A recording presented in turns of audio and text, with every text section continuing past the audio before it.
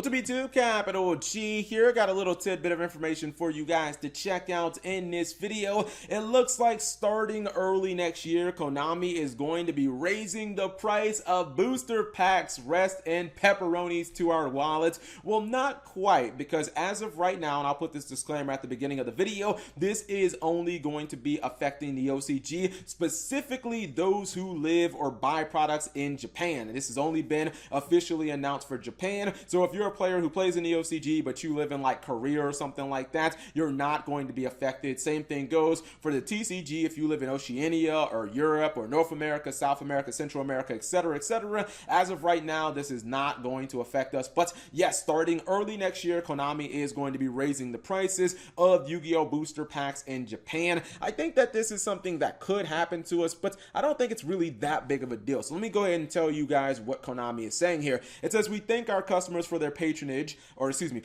I can't pronounce that word, over the past 20 years, and we have maintained the price of our booster packs from the start of the game until now without any change, but due to the impact of rising costs for raw production materials and transportation, after April 2019's Yu-Gi-Oh official card game Duel Monsters Rising Rampage. If you guys don't know what Rising Rampage is, that's the booster set, the core booster set that comes after Dark Neostorm. For the love of God, Konami, do not make this a pendulum booster set. We don't want a pendulum booster set. Go back to links, man. It says we will be altering the price of some of our products.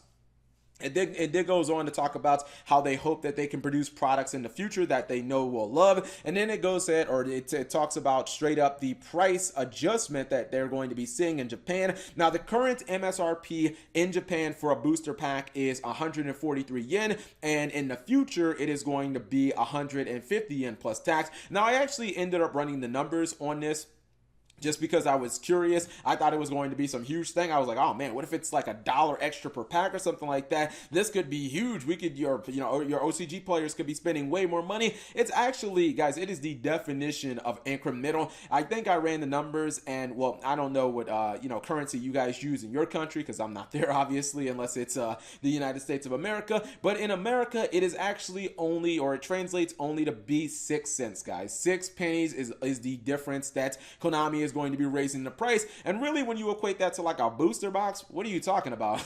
You're talking about maybe $1 extra for a booster box, at worst like $1.25 when you add in, tax and stuff like that. This is something that is the most incremental, especially if you guys, if you guys are like adults, maybe you guys are like in your early 20s, you're probably old enough to remember things like toys and, food products, especially as now you're shopping for yourself. This is just natural inflation. Things generally get more expensive over time. Now, it does suck because generally you're not getting any more value. You're just spending a little more. But I've seen this in my life. I've seen this happen with food. I've seen this happen with, gasoline and other products in the game industry. I remember the last generation with the PlayStation 2 and the Xbox and the GameCube. That was the last generation where games cost $49.99 MSRP. And then the next generation, Microsoft announced that they were going to be raising the price of their games to $59. And I was like, no, my $10. But that's fine, because, I'll just buy the PlayStation 3 and screw the Xbox. And then Sony announced that they were doing the same thing. And I was like, rest in peps. And,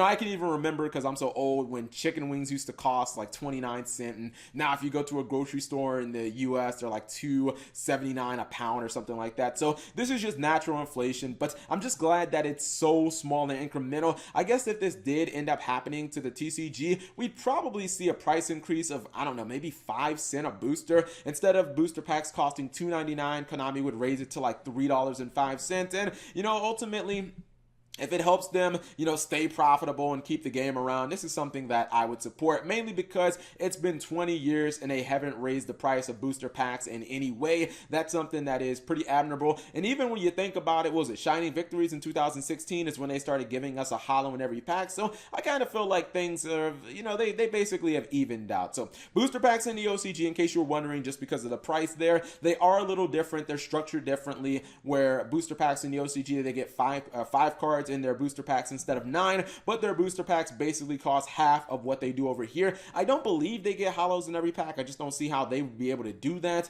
especially considering the booster sets are smaller in the OCG. But I think that this is something that's really, in the grand scheme of things, not going to be that big of a deal. And again, even if it does happen in the TCG, you're probably looking at spending like $2 more per booster box. So it's not going to be like a deal breaker for, I would assume, most people. But if this is your tipping point, guys, let me know in the comment section below. Thank you guys for watching as always. And by the way, whoever posted this on YG Organization, so this reference is absolutely amazing. This is so brilliant. It's from The Simpsons, and it's the episode about the teachers going on strike when Skinner is going up against Krabappel, and, you know, she's like, we need to be paid more, etc., etc. Skinner's like, we don't have the money. We're a freaking school. You know, we're publicly funded. I think that this is just a brilliant reference, especially me being a 90s kid. Anyways, thank you guys for watching. As always, subscribe if you have not already, and turn on that notification bell for daily videos.